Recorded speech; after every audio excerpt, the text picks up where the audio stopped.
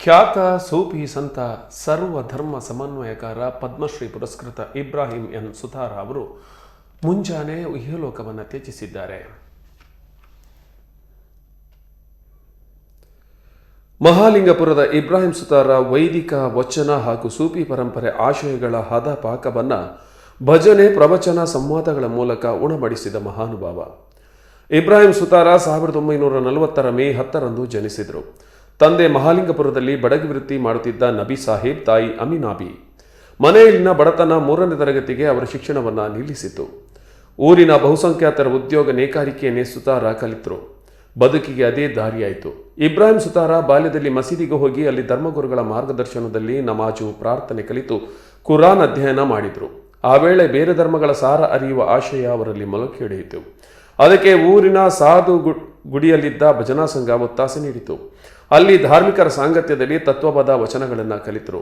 ಉಪನಿಷತ್ತಿನ ಸಾರವನ್ನು ಅರಿತುಕೊಂಡರು. ರಂಜಾನ್ ವೇಳೆ ಮುಂಜಾನೆ ಜನರನ್ನು ಎಬ್ಬಿಸಲು ಹಳ್ಳಿಗಳಿಗೆ ಹಾಡುತ್ತಾ ಹೋಗುತ್ತಿದ್ದ ತಂಡದಲ್ಲಿ ಸಂಚರಿಸಿ ಜೀವನಾನುಭವ ಪಡೆದುಕೊಂಡ ಅವರು ಮಹಾಲಿಂಗಪುರದಲ್ಲಿ ಬಸವಾನಂದ ಸ್ವಾಮಿಗಳ ಪುಣ್ಯಾರಾಧನೆ ನಿಮಿತ್ತ ಪ್ರತಿ ವರ್ಷ 1 ತಿಂಗಳ ಕಾಲ ಬೆಳಿಗ್ಗೆ ಹಾಗೂ ಸಂಜೆ ನಡೆಯುತ್ತಿದ್ದ ಪ್ರವಚನ ಕೇಳುತ್ತಿದ್ದರು.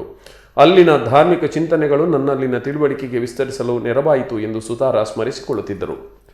ದೇವರು, ಧರ್ಮ, ಆರಾಧನೆಯ ವಿಧಾನ ಬೇರೆ ಬೇರೆಯಾದರೂ ಸತ್ಯ ಒಂದೇ ಎಂಬ ಸಂಗತಿ ಇಬ್ರಾಹಿಂ ಸುತಾರ ಅವರ ಅರಿವಿಗೆ ಬಂತು. ಜೊತೆಗೆ ತತ್ವಪದಗಳ ಅರಿವು, ನಿಜಗುಣ ಶಿವಯೋಗಿಗಳ ಶಾಸ್ತ್ರ, ಭಗವದ್ಗೀತೆಯ ಅಧ್ಯಯನದ ಪ್ರಭಾವ ಅವರ ಅರಿವಿನ ವಿಸ್ತಾರವನ್ನು ಇನ್ನಷ್ಟು ಹೆಚ್ಚಿಸಿತು.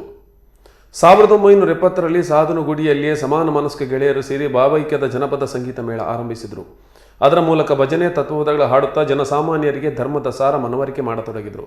1980ರಲ್ಲಿ ತರೂರಿನ ಶಬಲಿಂಗ ಶಾಸ್ತ್ರಿಗಳು ಮೊದಲ ಬಾರಿಗೆ ಮಹಾರಾಷ್ಟ್ರದ ಜತ್ ತಾಲೂಕಿನ ಸಿಂಧೂರಿನಲ್ಲಿ ಶ್ರಾವಣ ಮಾಸದಲ್ಲಿ ತಿಂಗಳ ಕಾಲ ಪ್ರವಚನ ಮಾಡುವ ಕಾರ್ಯಕ್ಕೆ ಸುತಾರ ಅವರನ್ನು ಕಳಿಸಿದರು.